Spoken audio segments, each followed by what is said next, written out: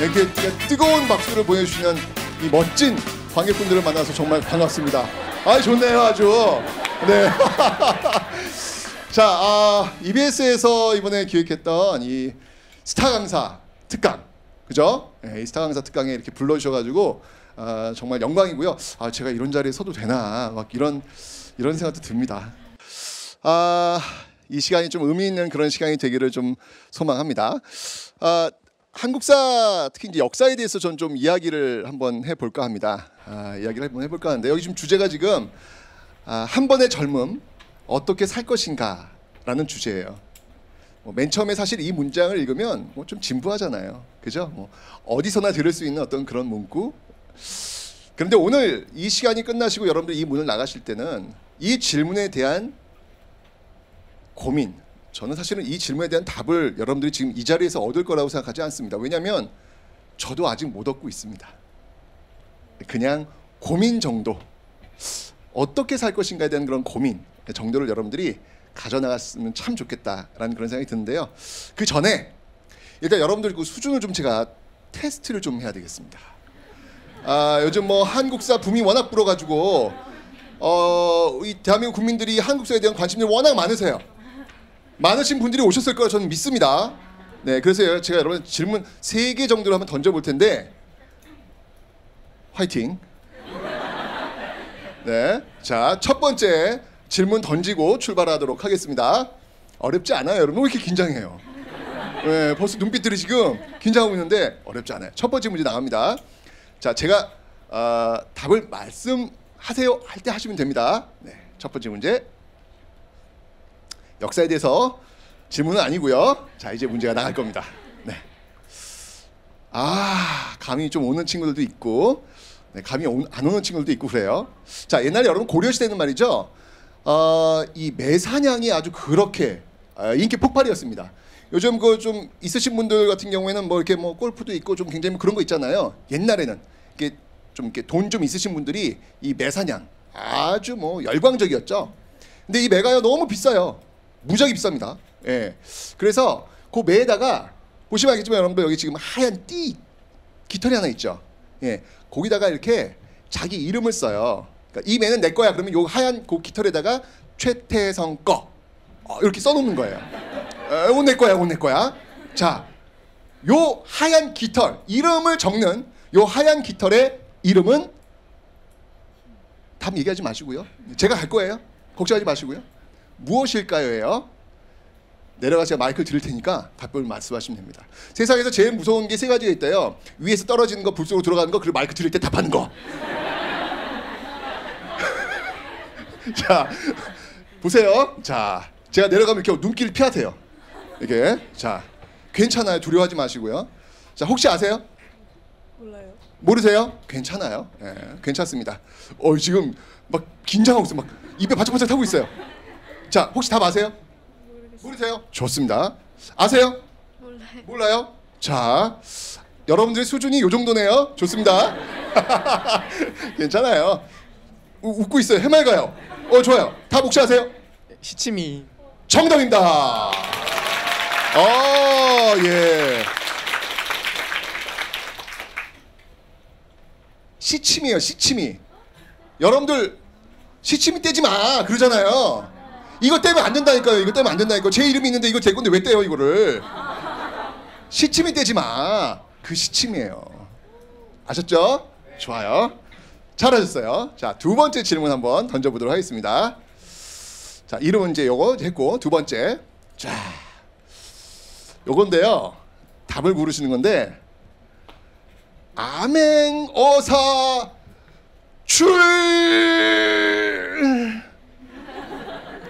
또야 두야 요거거든요, 여러분들.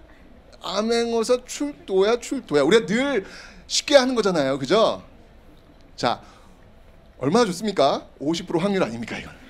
1번 아니면 2번. 1번이 좀 어려워져, 주관식이니까, 그죠? 네, 1번 아니면 2번. 네, 고르시면 돼요. 그냥 찍으시면 됩니다. 네. 자, 우리 학생 몇 번으로 아세요? 2번. 2번이면 암행어사 출두요. 좋습니다. 자, 이건 그냥 한번 이렇게 해봐야 되겠다. 자, 1번 손 들어보세요. 1번. 자, 1번 손 들어보세요. 1번 제가 볼 때 소수가 될 것 같아요. 네, 손 내리시고요. 자, 2번 손 들어보세요. 2번. 어우, 압도적으로 다수. 좋습니다. 손 내리시고요. 네. 정답은요. 사실 두 개 다 틀린 건 아닌데 원래는 암행어사 출도요. 네, 정답은 1번이었어요. 1번. 날 출자에다 길도 짜거든요. 근데 요즘 이렇게 아주 이렇게 어른들이 이렇게 검찰에 잘 출두하시죠. 네, 그러다 보니까 암행어사도 출두한다라는 표현을 쓰는데 틀린 건 아닌데 원래는 출도예요. 출도. 아셨죠? 네, 좋아요. 요 정도 수준입니다. 좋습니다. 네, 좋아요. 자, 마지막 문제 한번 내보도록 하겠습니다. 여러분 이건 뭐 잘 아시죠? 어디예요? 어디일까요? 여기가? 혹시 경복궁이 어느 건물인지 아세요? 네. 경복궁 어느 건물인지 아세요? 아니요. 몰라요? 혹시 그래요? 예. 오늘 저 TV 나올 거예요. 네. 자, 경복궁 어느 건물인가요? 근정전이요. 근정전. 오케이, 좋습니다. 경복궁 근정전. 자, 근정전인데 뭐 가면은 늘 보는 곳이잖아요. 그죠? 자, 그런데 말이죠. 가면은 정말 많은 외국인들이 딱 여기 딱 근정전 가면 제일 먼저 물어보는 게 뭐냐면 저 삐죽삐죽 튀어나온 것들 있잖아요. 그 삐죽삐죽 튀어나온 것들이 굉장히 궁금증을 많이 갖고 있어요. 저 이름은 뭐 여러분들 그건 너무 어렵고 이름은 이제 품계석이라는 거예요. 품계석. 저게 이제 쭉 그 서열에 맞춰가지고 이게 쓰는 건데 저 중에서 자 1번 라인과 2번 라인 중에서 문관들 무관과 문관 있잖아요. 문관들이 서는 라인은 1번 라인일까요? 2번 라인일까요? 왜요? 역시 이것도 50%입니다. 50%입니다. 어렵지 않아요? 자, 우선 여러분들 혹시 의정부 삼정승 아세요? 의정부의 삼정승 모르세요? 의정부 삼정승 혹시 아세요? 의정부 삼정승 혹시 아세요? 아세요? 남학생도 잘하네요. 자, 의정부 삼정승 한번 말씀해 주세요. 영의정, 우의정, 좌의정. 오케이, 좋습니다. 자, 영의정, 우의정, 좌의정 있는데 자, 그러면 제일 높은 사람이 누굴까요? 제일 높은 사람. 영의정. 좋아요. 그 다음은 누굴까요?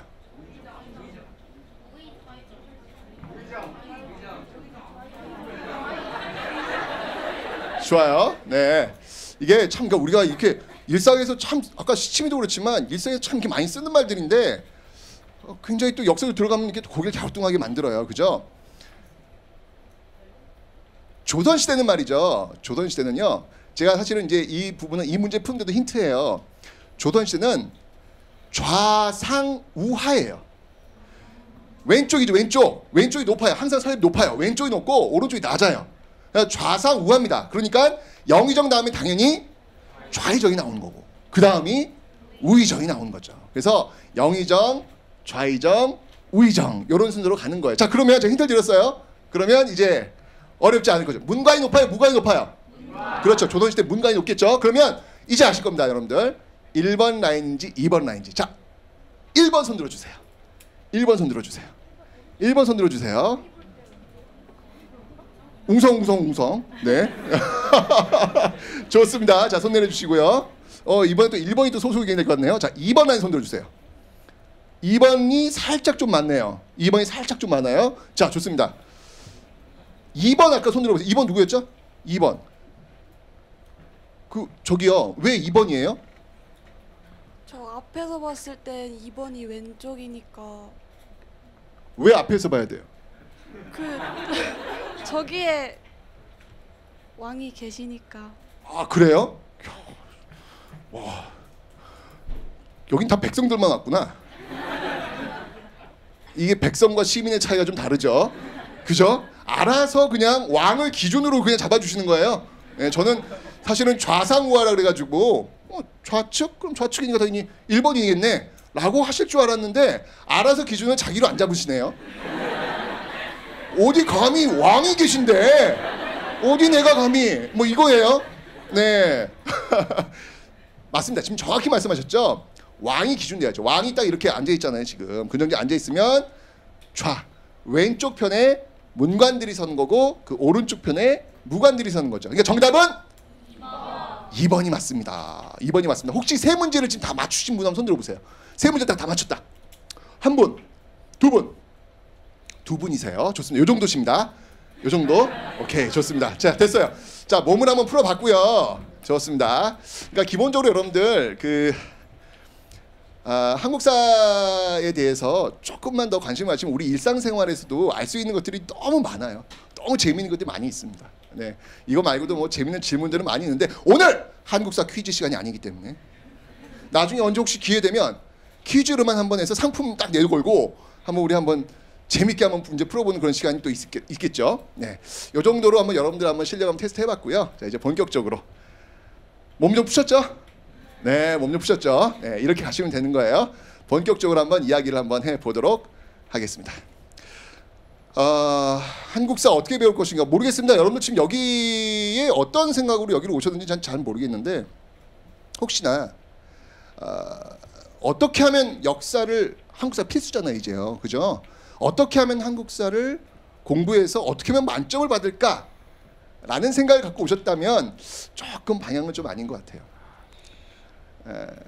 저는 좀 본질적인 한국사를 왜 배운지에 대한 본질적인 그런 이야기를 좀 하고 싶습니다.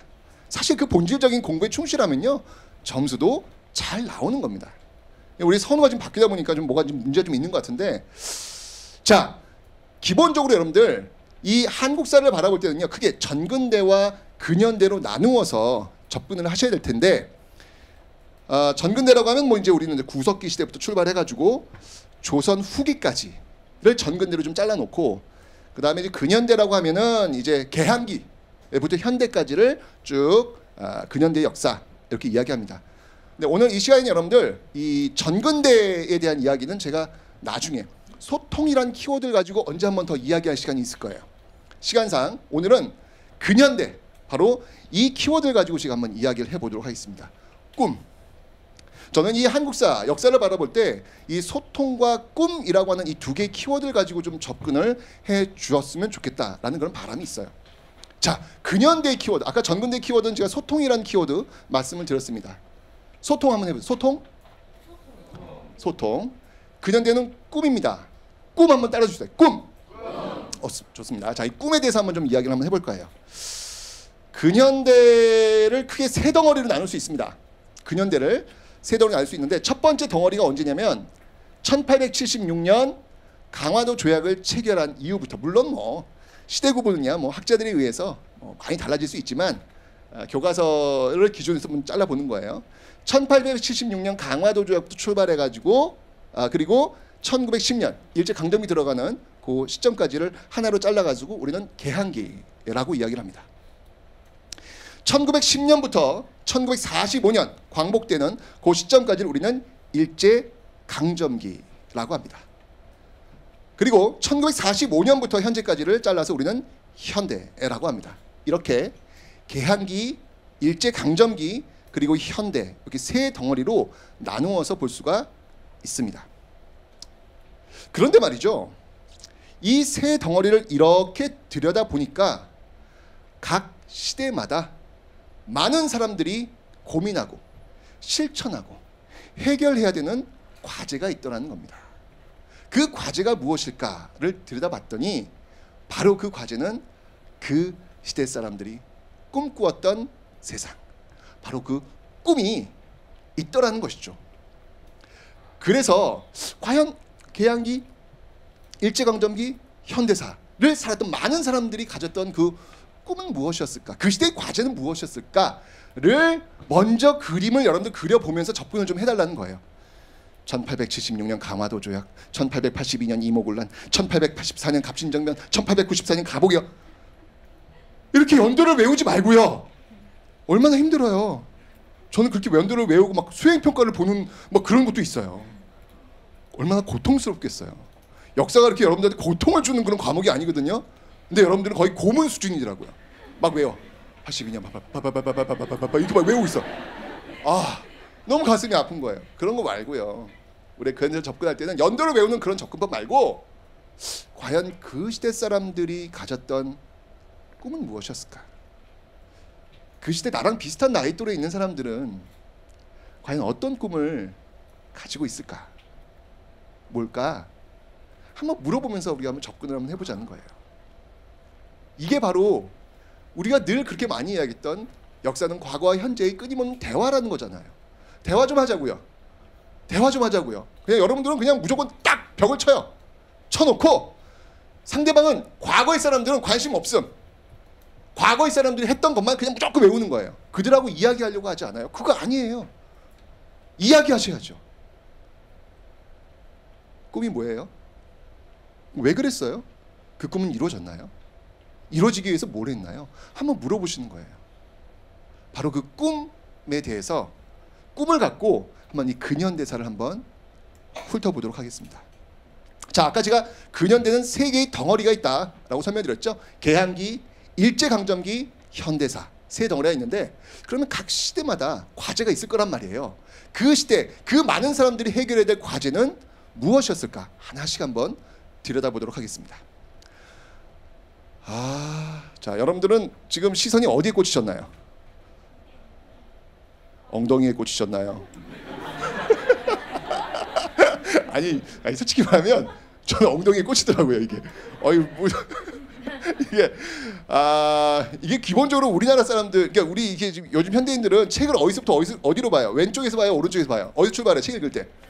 그죠? 왼쪽에서 오른쪽 보자는 건 이게 우리도 이렇게 가는 거예요. 이렇게 쭉 가다가 보면은 끝에 떨어지는 게 엉덩이로 떨어지더라고요.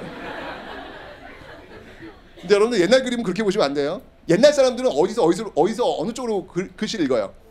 그렇죠. 오른쪽에서 왼쪽으로 가죠. 그러니까 이 그림을 볼 때도 여러분들은 오른쪽에서 출발해서 왼쪽으로 가셔야 되는 거예요. 그러면 주인공이 보여요. 우리는 지금 주인공이 엉덩이로 생각하시는데 엉덩이가 주인공이 아니라 주인공이 딱 아주 근사하게 있죠. 그 주인공이 누구예요? 그렇죠. 저 양반 딱 있잖아요. 그게 주인공이에요. 예. 자, 여러분들 지금 여기 지금 이 자세를 한번 보세요. 지금 이분 이 자세를 한번 보시면 알겠지만 저 자세가 여러분들 쉽게 나오는 자세가 아니에요. 그림은 그런데 저거 한번 따라해 볼까요? 제가 한번 해볼게요. 양반님이 오셨어요. 자, 어이구. 자, 어떻게 비슷한가요? 아니야? 어이구. 네. 얼굴이 빨개졌네. 이게요. 지금 이 다리가 땡기면서 굉장히 자세가 부자연스러워요. 제가 90도는 됐나요? 90도는 됐어요? 근데 이건 거의 지금 제가 보기에 120도 수준이거든요. 근데 그림을 보시면 알겠지만 굉장히 자연스러워 보이지 않으세요? 선 자체가 자연스럽게 떨어지죠. 저는 지금 90도로 하는 것도 굉장히 부자연스러워 보이는데 여기는 굉장히 자연스럽게 떨어졌죠. 이 얘기는 뭐냐면 이 자세가 하나도 불편한 게 아니에요.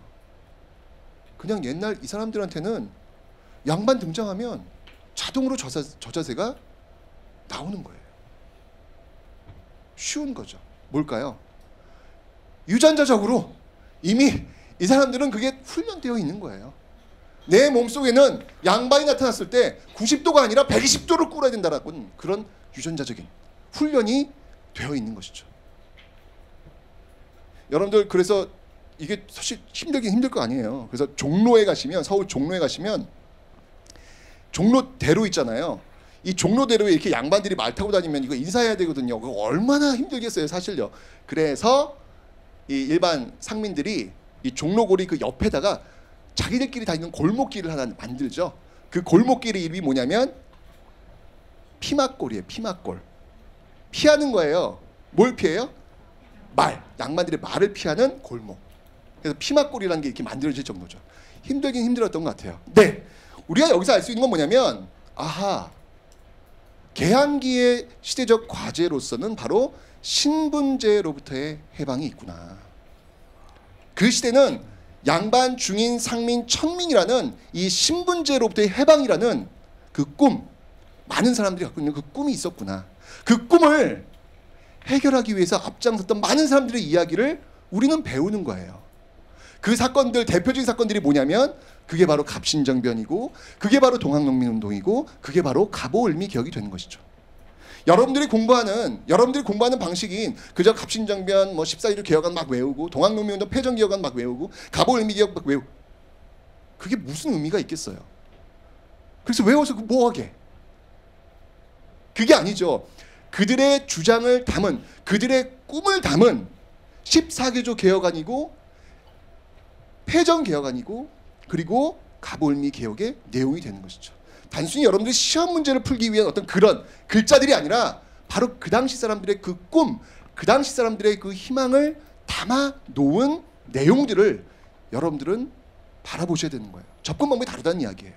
저는 아까도 얘기했지만 우리는 지금 근현대 이 꿈이라고 하는 하나의 그 단어를 가지고 지금 접근하고 있는 겁니다. 그죠? 우리는 알고 있습니다. 여러분들 갑신정변. 야, 이 갑신정변을 일으켰던 사람들의 면면을 보면요. 뭐 김옥균, 박영효, 홍영식, 서광범, 서재필 이런 사람들 평균 연령이 몇 대인지 아세요? 평균 연령이 20대, 20대. 제일 나이 어린 사람이 서재필. 19살. 여러분 나이대하고 그렇게 차이 안 나요. 그런데 그들 정말 잘 나가는 집안의 자식들이었어요. 그냥 가만히 있으면 잘 먹고 잘 살 수 있는 게 다 해결되는 그런 사람들이었다는 얘기죠. 그런데 그들이 그냥 목숨 내놓고 자신의 기득권이라고 할 수 있는 신분제, 양반 자제들이 아닙니까? 그죠? 자신들의 기득권이라고 할 수 있는 그 신분제를 폐지하자라는 주장을 내걸면서 갑신정변을 일으키게 됩니다. 뭐 물론 성공하진 못하죠. 김옥균은 결국 망명 가서 나중에 총에 맞아 죽고요. 홍영식은 그 옆에 고종지키면서 또 칼에 맞아 죽고요. 네, 그들의 꿈은 이루어지지 않았어요. 근데 여러분 한번 물어볼게요. 그들이 이야기했던, 그들이 없애자고 했던 그 신분제는 지금 있어요, 없어요? 없잖아요. 그런 거 보면 또 이런 것도 하나 배울 수 있는 것 같아요. 아, 내가 지금 주장하는 것들이 비록 내가 이루지 못한다 할지라도 그게 역사 발전의 방향이 맞다면 언젠가는 이루어지는 거구나. 그 역사 발전의 방향에 맞는 그 일을 내가 하는 것은 의미가 있는 일이구나 라는 것도 하나 우리가 좀 알 수 있는 것 같아요. 어쨌건 갑신정변도 있었고요. 이 갑신정변이 그 위로부터의 어떤 개혁, 그 소수 엘리트 중심이었던 그런 개혁이라면 이젠 아래로부터의 개혁이 있죠. 그 아래로부터의 개혁이 바로 동학농민운동인 겁니다.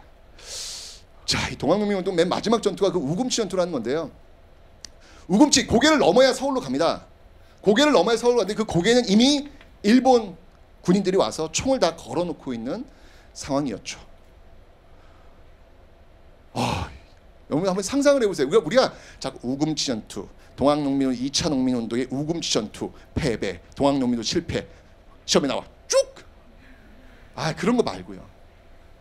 한번 좀 상상을 해보자고요. 자, 저 앞에 고개가 있어요. 고개가 있는데 거기에 일본 군인들이 총을 지금 걸고 있어요. 그 밑에 동학농민 군이 있어요. 자, 저길 넘어야 됩니다. 근데 무기라고 하면은 뭐 그 당시 뭐 죽창이라든지 뭐 그런 거밖에 없잖아요. 뭐 총도 막 좀 몇 자루밖에 없는 그런 상황일 텐데 저기를 지금 넘어야 돼요. 이게 달려가면 총알이 날라오겠죠? 그죠? 나 총 맞으면 어떻게 돼? 그 죽겠죠. 그죠? 그렇게 그분들도 굉장히 두려웠던 거야. 그래가지고 이 한 발 뛰기가 어려운 거야. 그래가지고 이 가슴에다가 부적을 달아요. 부적을 달아요. 이 부적을 달면 총알이 나를 피해 나간대요. 무슨 매트릭스 영화 찍어? 예? 그분들이 총알이 나를 피해 나간다라고 하는 것을 믿었을까요? 알죠. 그분들도 알죠. 부적 달아봐야 총알 날라오면 그 총 맞고 난 죽을 수도 있다는 거 알죠. 그럼에도 불구하고 너무 무서운 거야. 한 발 뛰기가 진짜 어려운 거야. 바로 총 날라올 텐데. 그렇지만 그거 하나라도 좀 달고 한 발짝 뛸 수 없는 그 용기, 그 용기를 가져보고 싶은 어떤 그 마음, 그 마음에서 부적을 달면서 바로 우금치를 향해 큰 함성을 내지르며 달려나가는 모습들. 그분들이 그 시대의 아버지들이에요. 그 시대의 아버지들이에요. 네. 집에 가면 토끼같이 예쁜 자식들도 있고 사랑하는 마누라도 있고 그냥 집에 있으면 그냥 행복한 건데 그 우금치 밑에서 그 고민하고 있을 그 시대의 아버지들의 모습을 한번 떠올려 보면 가끔 좀 먹먹해져요. 왜 그랬을까? 왜 한 발짝 나가면 죽을 수 있는데 왜 그랬을까? 그건 바로 꿈이 있었기 때문입니다. 그 꿈이 뭐냐면 바로 자기의 아이들한테만큼은 양반 나타났을 때 이렇게 자연스러운 자세로 그냥 넙죽, 그냥 본능적으로 넙죽 되는 이런 모습, 만들지 않겠노라는 그 꿈이 하나 있었기 때문이죠. 그 꿈으로 바로 우금치를 향해 내달린 겁니다. 자, 개항기의 과제는 제가 신분제로부터의 해방이라는 이야기를 드렸습니다. 그 다음 시대 한번 볼게요. 자, 다음 시대. 아까 우리가 저 문제를 냈던 그 경복궁 근정전에 지금 일장기가 떡하니 걸려 있습니다. 천황폐하 만세를 외쳤던 바로 그 일제 강점기입니다. 일제 강점기의 과제, 아까 개항기의 과제는 신분제로부터 해방이라는 과제가 있다라고 설명을 드렸고요. 일제 강점기의 과제는 그렇죠, 바로 식민지로부터 해방이라는 과제가 있었겠죠. 그 이회영가의 이야기입니다. 여러분들 그 이회영 씨는 혹시 옛날에 조선시대 그 오성과 한음 들어보셨죠? 네, 그 이항복 집안, 아주 정말 조선의 명망가 집안이에요. 그런데 지금 이렇게 지금 나라가 무너지는 어떤 상황이 되니까 형제들이 다 모입니다. 모여서 회의를 하죠. 자, 어떻게 할 것이냐? 우리가 이제 나라의 녹을 먹으면서 이렇게 잘 먹고 잘 사는 집안인데 어떻게 할 것이냐? 이제 나라가 무너지고 있으니까 결론을 내립니다. 우리의 모든 재산을 팔아가지고 만주로 넘어가서 거기에서 독립운동 기지 만들어가지고 우리 나라를 다시 되찾는데 보태자. 일본의 눈을 피해서 급하게 팝니다. 물론 이 자신들의 어떤 재산을 급하게 팔죠. 그 급하게 판 돈이 시가로, 지금 시가로 계산하면 약 600억에서 800억입니다. 어마어마한 돈이죠. 그걸 다 팔아요. 그걸 다 팔고 만주 삼원보로 넘어가 가지고요. 거기서 집 짓고 학교 짓고 인재 양성하고, 그런데 돈을 땅 사고, 그런데 쓴 돈, 그 돈이 3년 만에 그 돈을 다 씁니다. 그리고 3년 뒤에 그들이 남긴 일기가 있어요. 그 일기를 읽어보면요, 그 형제들끼리 이 강냉이죽을 잘 못 먹어요. 그래서 강냉이죽이 없어가지고 이렇게 서로 이렇게 좀 나눠 먹는 어떤 그런 모습들이 나오거든요. 이거 왜 그 잘 나가는 집안 사람들이 왜 그랬을까? 왜 사서 고생을 했을까? 왜 강냉이죽도 못 먹어가지고 그렇게 힘든 그런 고난의 길을 선택을 했을까? 그건 바로 그들에겐 꿈이 있었기 때문입니다. 그 꿈이 바로 식민지 조국의 우리의 아이들한테만큼은 물려주고 싶지 않다는 그 꿈 하나로 그들은 그 만주에서, 그 추운 만주에서 강냉이죽이라도 먹으면서 버텼던 것이죠. 실제로 여러분들 그들이 만든 학교, 나중에 이제 신흥무관학교가 나오죠. 신흥무관학교. 그 신흥무관학교 출신들이요, 바로 1920년대 항일 무장투쟁에 앞장서는 모습을 보게 됩니다. 여러분들 머리 아파. 그 현대사 공부할 때 거의 여기까지 오시고 이제 포기하시죠? 미칩니다. 뭐 봉오동 전투, 홍범도의 대한 독립군, 가만 있어봐. 청산리 전투, 북로 군정서. 그 다음에 이들이 뭐 대한 독립군단인가? 가면서 자유시 가잖아. 갔다 와서 참의부, 정의부, 신민부를 만드나? 그리고 나서 뭐 혁신. 선생님 저 안 할래요. 심지어는 그런 얘기를 해요. 아니 왜 이렇게 비슷한 단체들이 많아요, 선생님? 사람 이름 또 왜 이렇게 외워야 돼요? 이런 얘기를 많이 하시죠. 맞아요. 정말 어려운 부분입니다. 정말 고난의 한 파트죠. 이 파트를 못 넘어가면 한국 사회에서 좋은 점수가 안 나오니까. 너무 많아요. 외울 게 너무 많아요. 외울 게 너무 많다고요. 근데 여러분들 한번 거꾸로 한번 생각해 봅시다. 만약에 일제 강점기에 외울 게 없는 역사라면 그 역사는 어떤 역사입니까? 많은 단체가 없이 고작 몇 개 있는 단체, 몇몇 사람의 이름만 있다면 그건 어떤 역사입니까? 그 역사는 비겁의 역사입니다. 우리 아이들한테 보여주고 싶지 않은 굴욕의 역사겠죠. 그 수많은 독립군과 그 수많은 독립단체들이 있기에 우리의 근현대사는 살아있는 겁니다.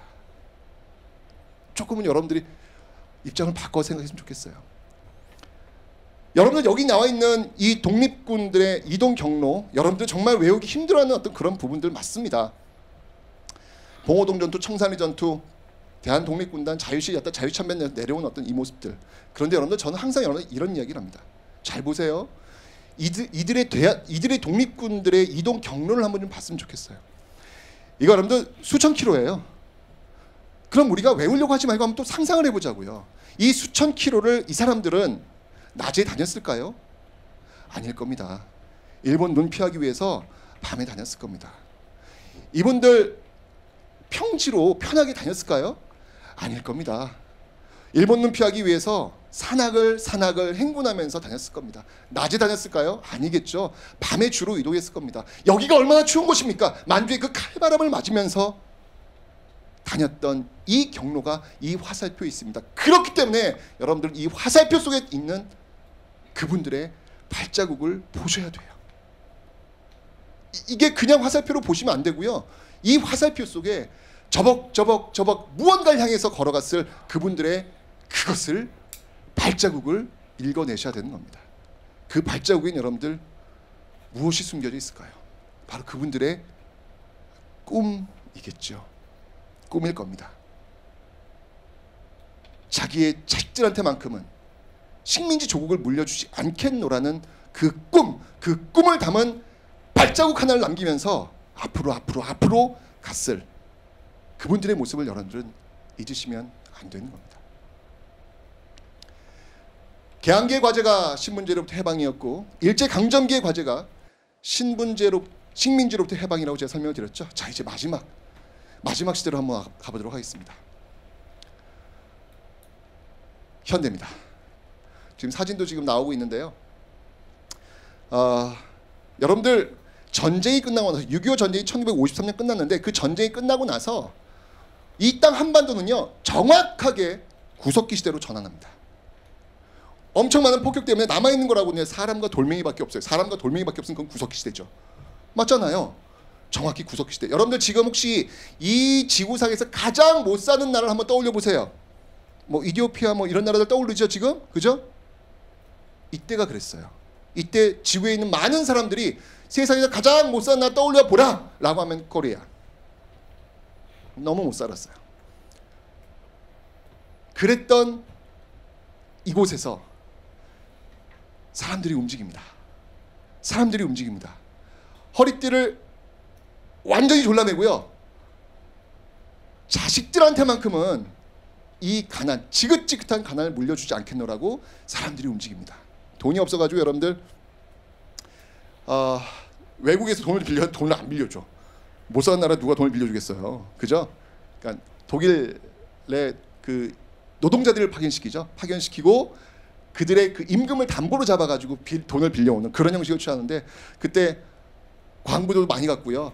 간호사도 많이 갔는데 그 광부들은 정말 독일인들이 들어가지 않는 그 깊은 지하 땅속 1000m 되는 곳으로 내려가서 광물을 채굴하는 언제 무너질지도 모르는 그 위험한 곳이지 않습니까?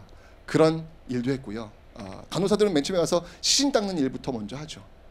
그리고 우리는 여러분들 청계천에서 정말 저임금이지만 그 꿈 하나 있었거든요. 그 적은 저임금이지만 그 돈 갖고 나중에 시골에 아버지 어머니 약값도 좀 쓸 수 있고 동생 노트도 좀 살 수 있는 어떤 그 꿈 갖고 하루에 12시간 13시간 이 미싱을 돌렸던 그분들의 이야기도 잘 알고 있습니다. 그 중동의 그 뙤약볕에서 엄청난 건설을 펼쳤던 그분들의 이야기도 우리는 잘 알고 있습니다. 어쨌거나 여러분들 지금 보시면 알겠지만 개항기의 신문제로부터 해방, 일제강점기의 식민지로부터 해방, 그리고 현대의 가난으로부터 해방. 그러네요. 각 시대마다 어떤 과제가 있네요. 그러니까 지금 보니까 어때요 여러분들? 신문제 있어요? 없습니다. 식민지인가요? 아닙니다. 절대 빈곤 벗어났습니다. 와, 이 100년의 역사 속에서 그 시대를 살아왔던 그들의 그 꿈을 해결하면서 열심히 살았던 그들의 덕에 의해서 우리는 지금 정말 많은 선물을 받고 있네요. 많이 받고 있네요. 그럼 여러분들 한번 물어볼게요. 우리가 지금 100년의 역사를 한번 쭉 봤습니다. 개항기, 일제강점기, 현대사를 쭉 봤는데 그러면 우리가 이렇게 보면서 각 시대마다 과제가 있었군. 그 과제를 해결하기 위해서 그 시대 사람들은 정말 열심히 살았군. 이렇게 지금 봤단 말이죠. 그러면 우리의 후손들이 우리의 모습을 봤을 때 또 역시 마찬가지로 이 시대에 어떤 과제가 있었고 그 과제를 해결하기 위해서 이 시대 사람들은 어떻게 살았어? 라고 이야기하겠네요. 그게 역사잖아요. 우리가 지금 100년의 역사를 쭉 훑어보면서 그 시대의 과제를 받고 그 시대 사람들의 꿈을 봤듯이 우리의 후손들도 우리 시대의 꿈과 우리 시대의 과제를 이야기할 거라는 이야기죠. 그래서 제가 말하는 겁니다. 역사에 무임승차하지 말자는 겁니다. 그냥 그분들이 누구냐고요? 우리의 할아버지, 할머니, 아버지, 어머니거든요. 그분들이 우리에게 줬던 그 역사의 선물 많이 받았습니다. 그러면 우리도 역시 마찬가지로 우리의 아이들을 위해서 무언가를 줘야 되지 않겠느냐. 역사에 무임승차하지 말자는 바로 그런 의미가 되는 것이죠. 자, 그러면 물어보는 거예요. 우리 시대의 과제는 뭐가 있을까요? 우리 아이들이 역사의 선물, 우리가 만들어준 이런 역사의 선물을 받으면 좋은 거 뭐가 있을까요? 많이 있겠죠. 이거 어떻습니까? 통일. 김대중 정부에서도 통일 이야기가 나왔고 박근혜 정부에서도 통일 대박, 통일 이야기 나왔죠. 전 참 다행이다라는 생각이 들었어요. 이제 통일은 진영 논리, 좌우 진영 논리 떠났구나. 누구나 다 통일은 돼야 되는 그런 것으로 받아들일 수 있는 그 준비는 됐구나. 여기 앞에 나가서 매복령 나가서요. 우리 아이들이 이게 티켓 끄는 데서 파리 버튼 딱 누르고 파리행 딱 나왔을 때 그냥 가는 거야 그냥. 우리의 아이들이 가고 싶을 때 주저하지 않고 마음대로 갈 수 있는 그 사회 주고 싶어요. 물론 세금 많이 내셔야 돼요. 만만치 않을 겁니다. 그렇지만 제가 얘기했잖아요. 개항기, 일제강점기, 현대사. 그분들도 내가 이거 하면 손해 많이 볼 거야 라고 생각하셨을 거예요. 그럼에도 불구하고 그들의 꿈을 꼭 우리한테 주고 싶었던 거예요. 우리도 손해 볼 겁니다. 그렇지만 우리의 아이들이 어디론가 가고 싶을 때 그냥 갈 수 있는 그런 곳 한번 주고 싶어요. 네, 우리의 아버지 어머니 세대가 절대 빈곤을 극복하셨죠. 그런데 여러분들 요즘 신문지상에 보시면 알겠지만 절대 빈곤은 극복한 듯 하지만 빈부의 차이 그리고 또 상대적 빈곤이 또 요즘 문제가 되더라고요. 넉넉한 것 같은데도 불구하고 누구와의 비교에 의해서 나는 너무 가난하고 너는 너무 불행한 사람이야 라고 하면서 좀 극단적인 어떤 그 결과가 나오는 그런 모습들도 있더라고요. 이제는 이런 부분을 우리가 또 한번 고민을 해봐야 되겠구나 라는 생각이 듭니다. 또 안전. 빠르게 더 많이 라고 하는 어떤 그런 생각들이 안전을 살짝 놓쳤죠. 작년에 우리는 너무나도 아픈 상처를 우리는 갖고 있습니다. 이제는 조금 더디더라도 우리 아이들이 좀 더 안전한 환경에서 살 수 있는 그런 사회를 줘야 되지 않을까요? 비록 돈은 좀 많이 들겠지만 그게 필요하지 않을까. 이 외에도 많겠죠. 많이 있겠죠. 환경도 있겠고 여러분들이 할 수 있는 것들이 뭔지 한번 고민을 해보시라는 얘기예요. 그러면서 여러분들한테 물어보는 겁니다. 한 번의 젊음 어떻게 살 것인가. 이 문장은 여러분들 아웃풋 밖으로 내뱉으면요 그냥 한 번의 젊음 어떻게 살아? 그냥 별로 느낌이 없을 거예요. 그런데 인풋 한 번의 젊음 어떻게 살 것인가를 여러분 스스로 던져보고요 그 질문에 대한 답을 한번 구하려고 해보세요. 턱 막힙니다. 굉장히 묵직한 화두예요. 이게 답이 금방 나오는 게 아니에요. 그 누구도 쉽게 난 이렇게 살 거야 못해요. 여러분 지금 한번 경험해 보시라고요. 한 번의 젊음 어떻게 사시겠습니까? 답을 한번 구해 보시라고요. 머릿속에 한번 상상해 보시라고요. 어떻게 사시겠습니까? 쉽지 않은 화두입니다. 하지만 이 고민은 의미가 있다는 거예요. 아까도 이야기했지만 우리 시대의 과제, 우리 시대의 꿈, 좀 더 나은, 좀 더 건강한 이 대한민국을 남겨주기 위해서는 한 번의 젊음, 나는 어떻게 살 것인가에 대한 고민이 필요하다는 것입니다. 그래서 제가 정말 이 한 번의 젊음 어떻게 살 것인가를 평생 고민했던 한 사람의 이야기를 영상으로 들려드리도록 하겠습니다. 맨 마지막에 나오는 문구는요, 아직도 저를 붙들고 있습니다. 그 맨 마지막에 나오는 문구 생각하시면서 지금부터 영상 보도록 하겠습니다.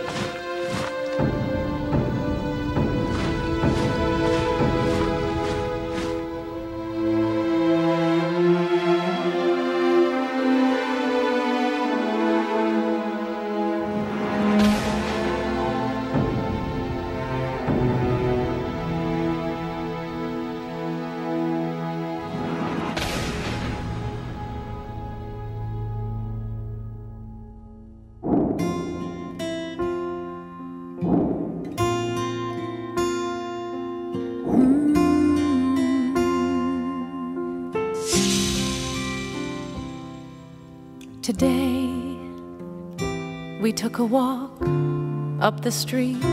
We picked a flower, climbed a hill above the lake, and secret thoughts were said aloud. We watched the faces in the clouds until the clouds had blown away. Were we ever somewhere else? You know it's hard to say. I never saw blue like that before. Across the sky, around the world, you're giving me all you have and more. And no one else has ever shown me how to see the world the way I see it now. 네, 맨 마지막 문구 어떠셨나요? 한 번의 인생 어떻게 살 것인가에 대해서 66의 일생으로 답했다. 젊은 친구들 앞에 놓고 이런 얘기하면 좀 미안한데요. 우리는 언젠가 다 죽습니다. 네, 다 죽습니다. 여러분들이 눈 감을 때 이런 이야기에 대한 질문, 어차피 한 번 오는 인생입니다. 딱 한 번 있는 인생입니다. 그 딱 한 번 있는 인생, 딱 한 번 있는 젊음, 여러분들도 평생으로 답하실 수 있기를 바랍니다. 꿈 넘어 꿈을 꾸십시오. 감사합니다.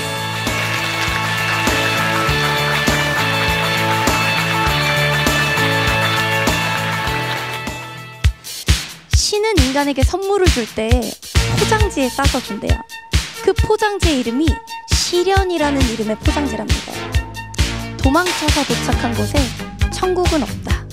정말 내 맘대로 어찌할 수 없는 세상에서 유일하게 내 맘대로 할 수 있는 것. 난 쓰레기인가? 자기 자신에게 느끼는 그 분노, 불만, 짜증 이런 것들은 앞으로 여러분의 인생에 어떤 일을 하든지 발목을 잡게 될 수 있습니다.